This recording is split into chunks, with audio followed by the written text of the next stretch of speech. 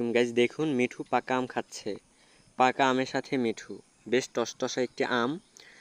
আমটাকে ছিলানো হয়েছে এবং মিঠু আমের ঘ্রাণে আমের পাশে গিয়ে দাঁড়িয়েছে। এখন দেখছেন আবার আমার কাদের দিকে আসছে।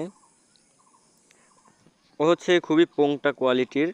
আর এই হচ্ছে আমটা বেশ পাকা এবং মিষ্টি।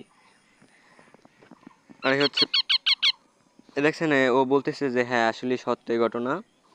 ও খেয়ে ট্রাই করেছে এবং আপনাদেরকে রিভিউ জানালো যে আসলে এরা মিষ্টি। হ্যাঁ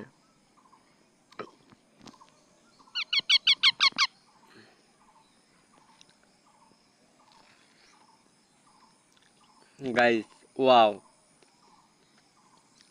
এক কথায় অসাধারণ।